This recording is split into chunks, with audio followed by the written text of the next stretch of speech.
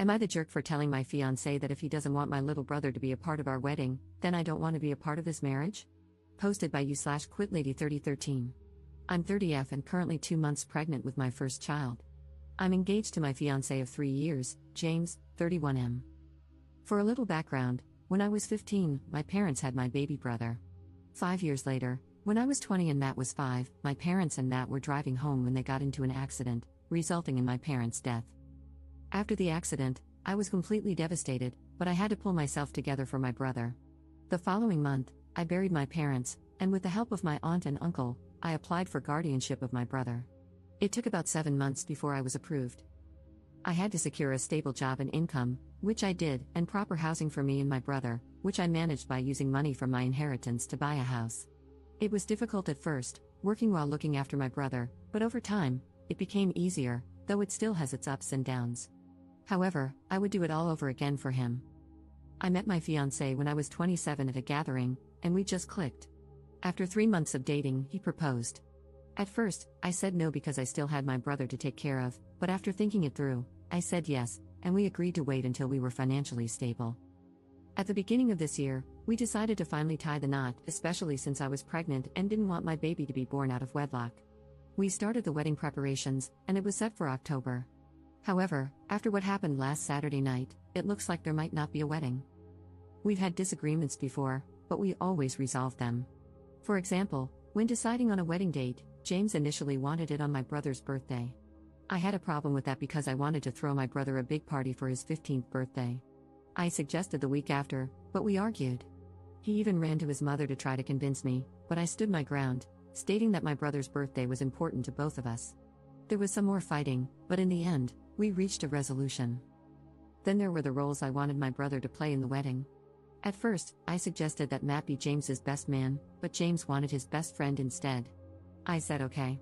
Then I suggested Matt be the ring bearer, carrying the rings on a little pillow, but James wanted his nephew for that role.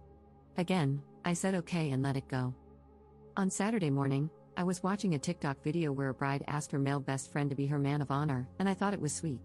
So, I decided to suggest it to James. That night, when he came home, I was in the kitchen while my brother was at a sleepover at his friend's house.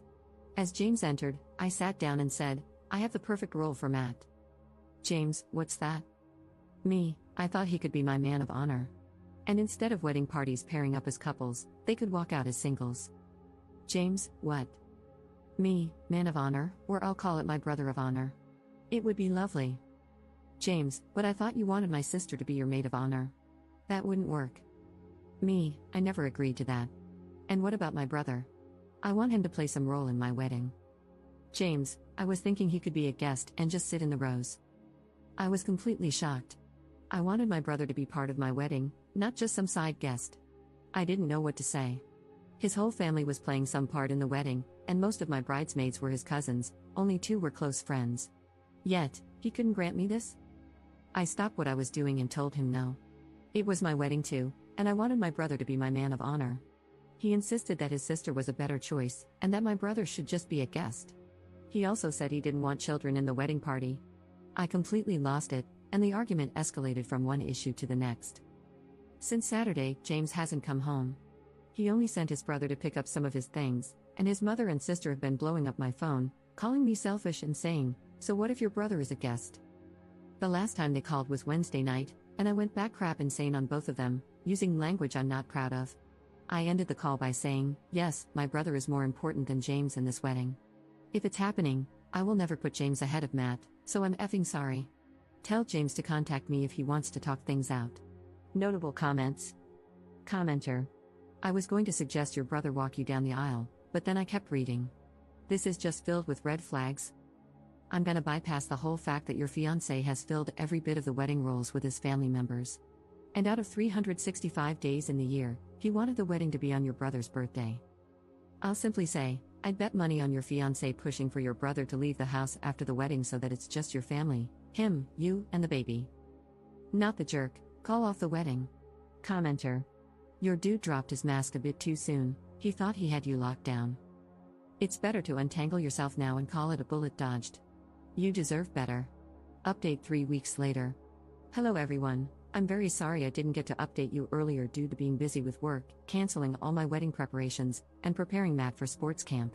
I want everyone to know that I will not be marrying James. We broke up. Well, on Friday, the week after posting my original post, I got a message from James asking to meet and talk. I agreed, but only if I could choose the day, which he accepted. I picked Sunday since I knew Matt wouldn't be home all day.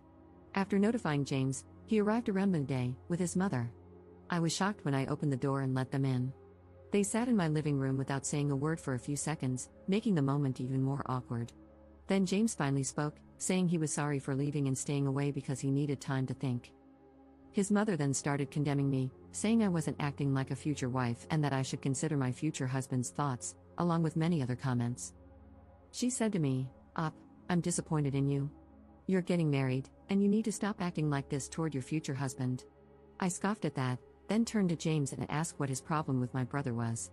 It turned out his issue was that I was giving more attention to my brother than to him. He sat there silently for a while before finally stating that he wanted a life with me and our unborn child, but not with Matt.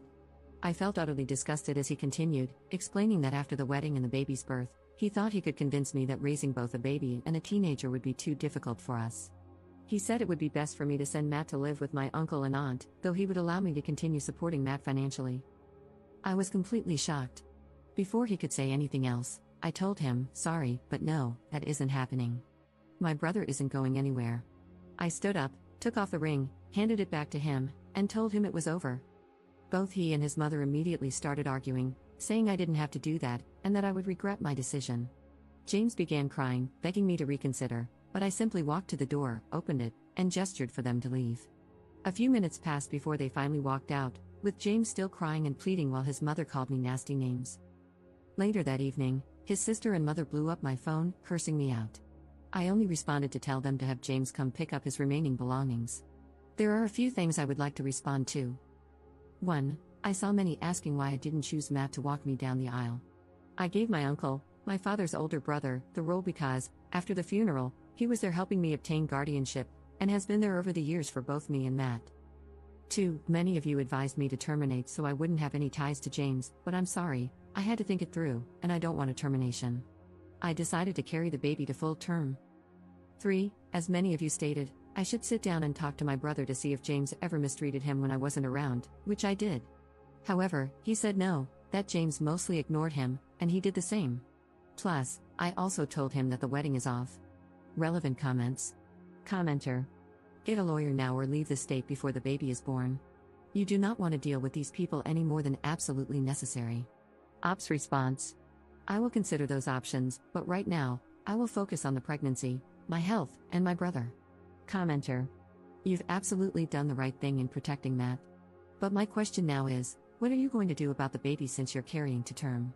Are you going to give the baby up for adoption? Are you going to try to co-parent with James and his crazy family, who he clearly can't keep out of his business? Ops response. Thank you, but it's a no for adoption. If James doesn't step up, I've already raised a child alone, and I can do it again. Commenter. The problem isn't whether James steps up or not, he'll fight for custody because of his mother, and once he has some, your kid is going to spend 100% of James's custody time with his harpy mother, who will be feeding them a whole lot of lies about you, directly.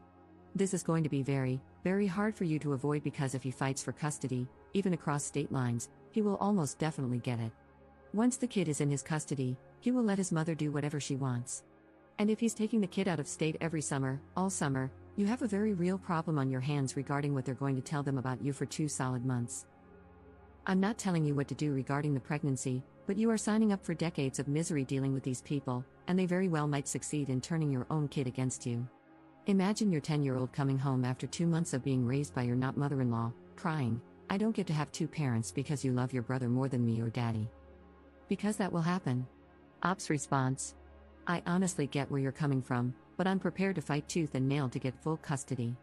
I'm taking screenshots of the messages his mother and sister are sending me, and I'm planning to seek out a lawyer and begin the process. So, thank you for your concern. Second update 6 months 2 weeks later. Hello everyone, first and foremost, Happy New Year. It has been a while since my last update, but I'm back to provide some news. I want everyone to know that I gave birth to a beautiful baby boy whom I named after my father, and things have been going well between me and the baby. Matt is excited to have the baby around. My uncle and aunt were present during my labor and delivery, and the day after my son was born, James and his parents visited the hospital. However, I only allowed James to see our son.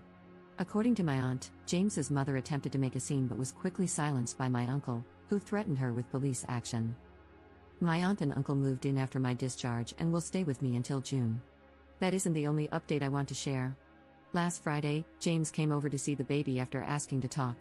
He asked if there was ever a chance for us to get back together, to which I immediately said no, telling him that the day I returned the ring was the last time we had a romantic relationship and that all I'm looking for and hoping for from him is a co-parenting relationship. It took 10 minutes before he reacted, but he agreed and left. So, I'm currently looking for and scheduling meetings with lawyers to establish a suitable co-parenting schedule for us, which I hope he agrees to. Aside from that, I'm looking forward to raising and providing for my baby and Matt so they can have the best life possible. I'll keep everyone posted on any updates, and once again, thank you for all of your comments and support. Notable comments. Commenter.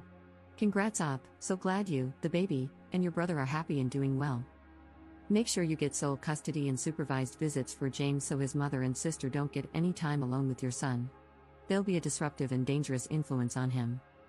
Include clauses stating that your child and brother son should be raised by your aunt and uncle in case of an unexpected death, and if your brother is of legal age, he can be considered as well. Don't underestimate the grandma or sister, they'll dig in for a fight, and I wouldn't be surprised if they tried to abduct him if they thought they could get away with it. As another poster mentioned, make sure all their unhinged behavior is documented, the calls, texts, outbursts at the hospital and your home, so it can help with your custody case. Even consider a restraining order against those two harpies for all the abuse they heaped on you while you were pregnant. But make no mistake, that beach will continue to come for you and the baby. Keep your guard up and fight.